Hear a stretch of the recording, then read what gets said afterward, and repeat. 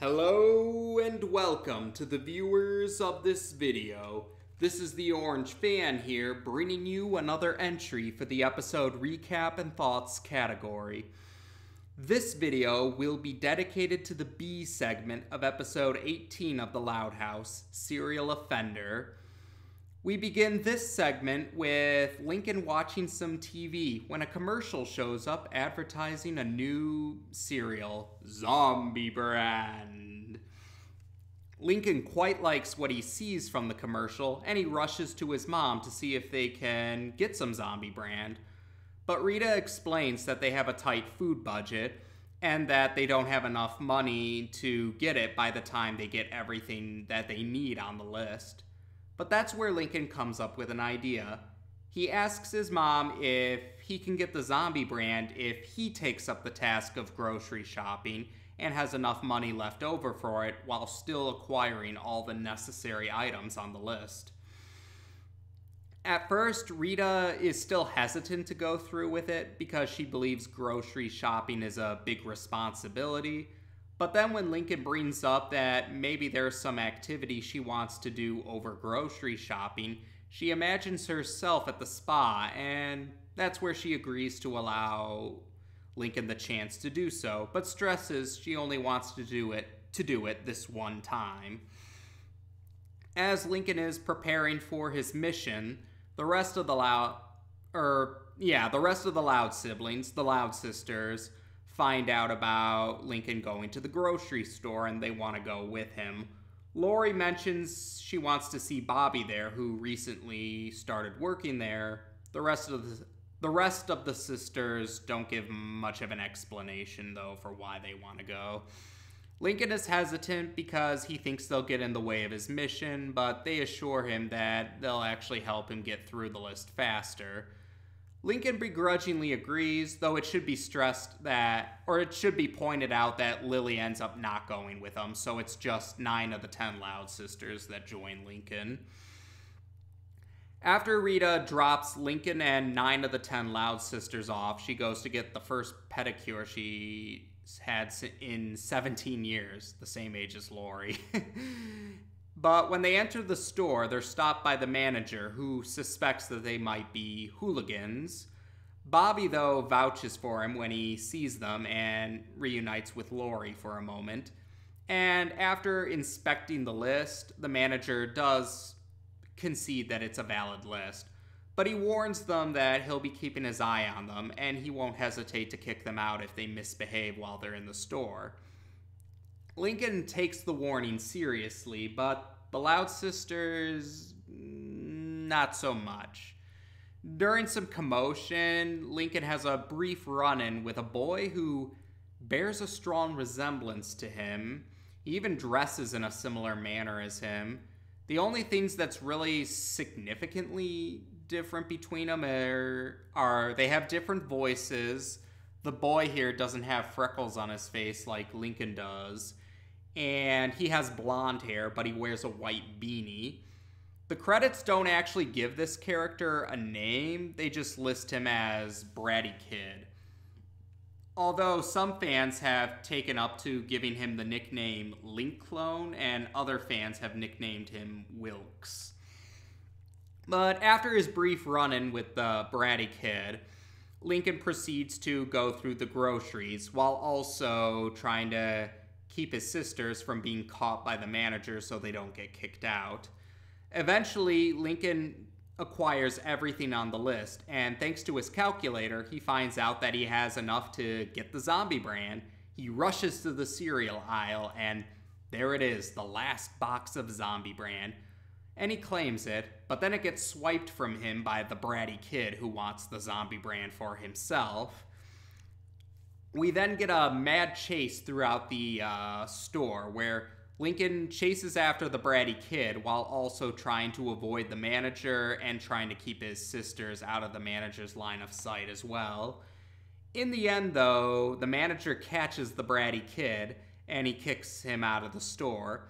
The Bratty Kid's mom is not happy how her son ruined their chance to go grocery shopping, and she won't let him have the Zombie Bran because of his misbehavior. So Lincoln finally gets the box. He then tries to rush his sisters out of the store as fast as they can so they don't have to worry about being in danger of getting kicked out anymore. But when the sisters question Lincoln about his impatience to leave, he does admit that he doesn't want them to mess up his chance to get the zombie brand. And when the sisters question how that was possible, he admits that he made a deal with their mom that he could get the zombie brand if he acquired everything else on the list and had enough money for it as well. This leads to the sisters wanting treats or items of their own, but Lincoln already points out that there isn't enough money left. That's where the sisters decide they want to get rid of his zombie brand so they can get their own treats, and it leads to all of them getting into a fight, and the manager ends up kicking them all out, and he won't let Lincoln have the zombie brand. As they're in Vanzilla, Rita chastises Lincoln for the misbehavior, but when Lincoln tries to defend himself and point out how he wasn't entirely at fault, Rita refuses to hear out his side of the story and just considers the case closed. That's where the Loud sisters have guilty looks on their faces. Later on, we're back at the Loud House. Lincoln sees the zombie brand commercial once again, and he sighs in disappointment. Suddenly, the 9 sisters who joined him at the grocery store earlier enter the house acting like zombies, and then they reveal they actually got the zombie brand for Lincoln. They probably had to go to a different grocery store because they got kicked out of the one that they were at, but bottom line is, they do admit to Lincoln that the only reason he didn't get the cereal was through their actions, that it was their fault, and they wanted to make it up to him. The segment ends with a heartwarming but also funny scene where all the siblings, including Lily, act like zombies. And that's where we end the segment. Now, Serial Offender is a segment I really enjoyed. I've mentioned before that while I do agree that the Loud Sisters have a really bad reputation among some fans, and that some fans do blow their unflattering qualities to great exaggerated heights, at the same time, I do still feel that there is merit to the sentiments that they do tend to get away with some misbehavior more often than they really should. And that's what I liked about this segment. It was a segment where we actually see the Loud Sisters are the ones in the wrong. They were the ones who were being selfish in this segment, and they were the ones who caused the conflict of this segment. But at the same time, it showed us that they weren't irredeemable. The sisters owned up to the fact that it was their fault that the conflict happened, and they did make it up to Lincoln by getting him the cereal that he was hoping to get.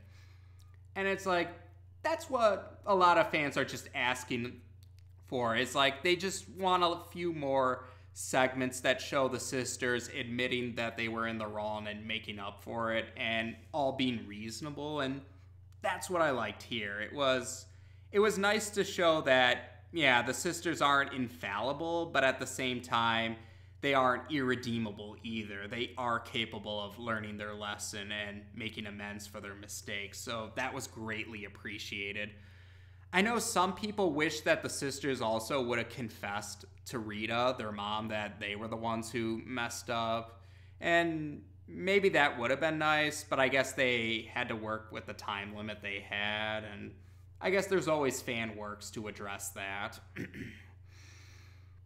As far as other aspects about this segment, the bratty kid, or Link Clone or Wilkes, depending on what you want to call him, has actually proven to be a very popular character.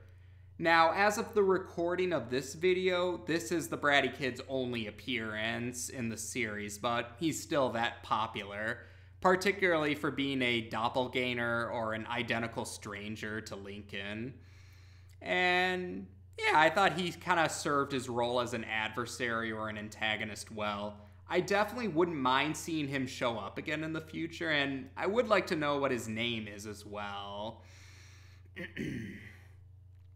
And yeah, overall, I did enjoy this segment. Now, in my case though, since I didn't have a problem with the A segment, I actually don't know which segment I'd favor over the other for episode 18. I actually like them both, so for me, I don't know if it's really an easy call for me. And with that, we've now discussed both segments of episode 18 on this channel. Take care, and until next time.